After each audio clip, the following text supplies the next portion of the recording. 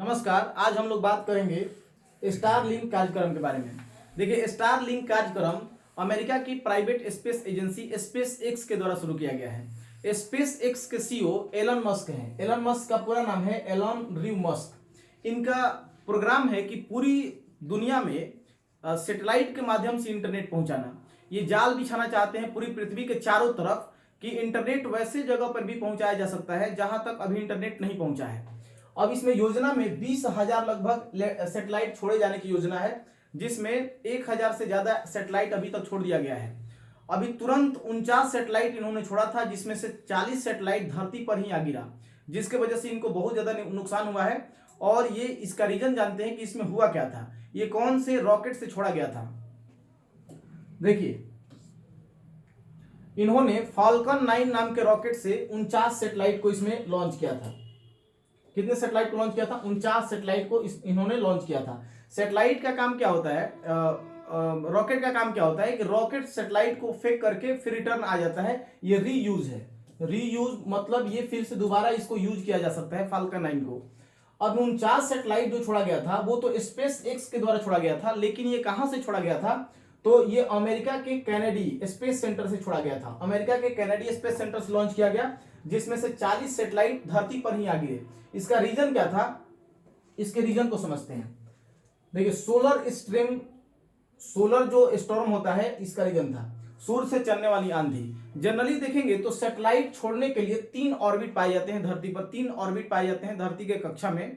इसमें पहला जो ऑर्बिट होता है उसको हम लोग लो ऑर्बिट या लो अर्थ ऑर्बिट कहा जाता है। दूसरा देखेंगे तो दूसरा मिडिल होता है, मिडिल अर्थ ऑर्बिट कहा जाता है। और तीसरा हाई अर्थ ऑर्बिट कहा जाता है। पहले का रेंज जो होता है ये 200 किलोमीटर तक होता है, 200 किलोमीटर से 2000 किलोमीटर। दूसरे का रेंज होता है 2000 से 20,000 किलोमीटर तक। और तीसरे का रेंज होता है 20,000 किलोमीटर से 36,000 किलोमीटर तक। अब देखिए, पहले वाले रेंज में ऐसे सैटेलाइट छोड़े जाते हैं जो पृथ्वी के घूमने के स्पीड से ज्यादा तेज घूमते हैं। दूसरे वाले में वैसे छोड़ा जाता है जो पृथ्वी के स्पीड के साथ ही वो घूमते रहते हैं। और तीसरे में वैसा छोड़ा जाता है जो पृथ्वी के स्पीड से कम मतलब कम चाल से घूमते हैं। अब सैटेलाइट छोड़ने का देखिए तरीका क्या होता है। सैटेलाइट जैसे ही छोड़ा जाता है तो उसमें इस एरिया में देखिए, यहां पर मान लीजिए ये पृथ्वी है, तो यहां से लॉन्च करना होता है तो एक ऑर्बिट यहां क्रिएट करना होता है। एक ऑर्बिट क्रिएट करना होता है इस तरीके से, परवलय आकार का, गोलाकार नहीं, इसमें वृत्त आकार का नहीं, परवलय आकार का। एक तरफ नजदीक होता है और एक तरफ दूर। तो सबसे पहले यहां पे लॉन्च किया जाता है। अब यहां पे लॉन्च किया जाता है तो सैटेलाइट अपने आप यहां से चक्कर लगाते लगाते दूर की तरफ चला जाता है। तो नजदीक जब छोड़ा जाता है तो इसको पेरिजी कहा जाता है, और दूर जब छोड़ा जाता है तो इसको अपोजी कहा जाता है। तो सैटेलाइट जनरली छोड़ा जाता है पेरिजी में, और पेरिजी से सैटेलाइट अपने आप कहां चला जाता है? अपोजी में चला जाता है। तो ऐसे बहुत सारे सैटेलाइट छोड़े गए हैं। अब देखिए, अब सूर्य से आने वाली जो तूफान होती है, स्टॉर्म होती है, वो सूर्य की लपट होती है, एक तरीके से लपट होती है जो पृथ्वी की तरफ आ गई। ये जैसे ही 49 सैटेलाइट को छोड़ा गया तो सूर्य की लपटें पृथ्वी की तरफ पहुंच गई। और पृथ्वी तो अपने आप में चुंबक है, पृथ्वी अपने आप में क्या है? मैग्नेट है। तो ये मैग्नेट के जैसा काम करती है, तो ये अपने तरफ लपटों को खींच ली। अभी सैटेलाइट उसी एरिया में था जो मैंने अभी बताया था यहाँ पर, कि पृथ्वी के चारों तरफ मान लीजिए या इस कक्षा में छोड़ा गया यहाँ पर, तो ये इस साइड ही था, अभी यहां तक पहुंचा नहीं था, पेरिजी में था, ओपोजी में नहीं पहुंचा था। तब तक सन का स्ट्रॉम आकर के इसे टकरा गया। टकराने के बाद ये जितने भी उपग्रह थे वो आ गए नीचे की ओर। अब आप सोचेंगे कि बाकी और भी सैटेलाइट तो वहां घूम रहे हैं, वो कैसे क्यों नहीं गिरे? तो देखिए, वो सारे सैटेलाइट जो है वो सेटल हो चुके हैं, वो यहाँ पे ओपोजी की तरफ आ चुके हैं। लेकिन ये अभी पृथ्वी से बहुत ज्यादा दूर नहीं गया था।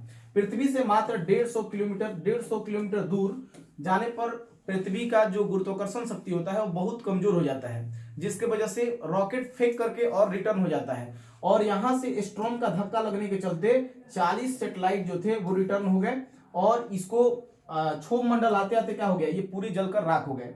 देखिए, ऐसे जनरली आप देखिएगा तो उल्का पिंड जो जलते हैं, उल्का पिंड जो जलता हुआ दिखाई देता है वो मध्य मंडल में जलता है, मेसोस्फीयर जिसको बोलते हैं। और क्षोभ मंडल में सबसे ज्यादा कोई भी चीज का कोई टुकड़ा नहीं मिल पाता है क्षोभ मंडल में, क्योंकि सबसे ज्यादा अगर कोई चीज जलता है तो वो क्षोभ मंडल में जलता है। क्योंकि क्षोभ मंडल में ऐसा क्या है कि इसमें गर्मी ज्यादा बढ़ती है, टेम्परेचर या ह्यूमिडिटी या धूल कण बहुत ज्यादा पाए जाते हैं, तो घर्षण बहुत ज्यादा होता है। और घर्षण के वजह से 40 सैटेलाइट जो थे वो जलकर राख हो गए।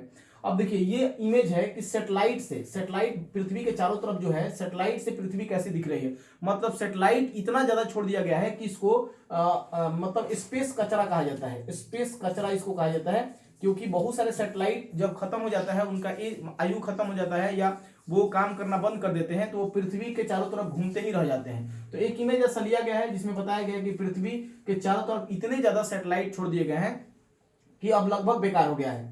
अब देखिए इसमें कुछ देशों ने इसका विरोध भी किया है। आखिर ये क्यों छोड़ा जा रहा था, ये सैटेलाइट अभी छोड़ा क्यों जा रहा था। तो देखिए इसमें किया क्या गया था कि टोंगा में कुछ दिन पहले वोल्केनो आया था, भूकंप, ज्वालामुखी आया था, बहुत बड़ा ज्वालामुखी। वहां पर अभी इंटरनेट सुविधा क्या है, बंद हो गई है। तो ये स्पेस एक्स यानी कि इसके जो सीईओ हैं एलन मस्क, ये लोग मिल करके चाह रहे थे कि टोंगा में भी इंटरनेट सेवा उपलब्ध करा दिया जाए, जिससे हमारी दुनिया में वाहवाही हो और हमारा प्रचार भी हो, स्टार लिंक का बहुत ज्यादा प्रचार हो जाए और लोग जान जाए कि इंटरनेट सेवा यहाँ उपलब्ध करा दिया जाए। तो यहीं तक था, फिर मिलते हैं अगले वीडियो में, तब तक के लिए बाय।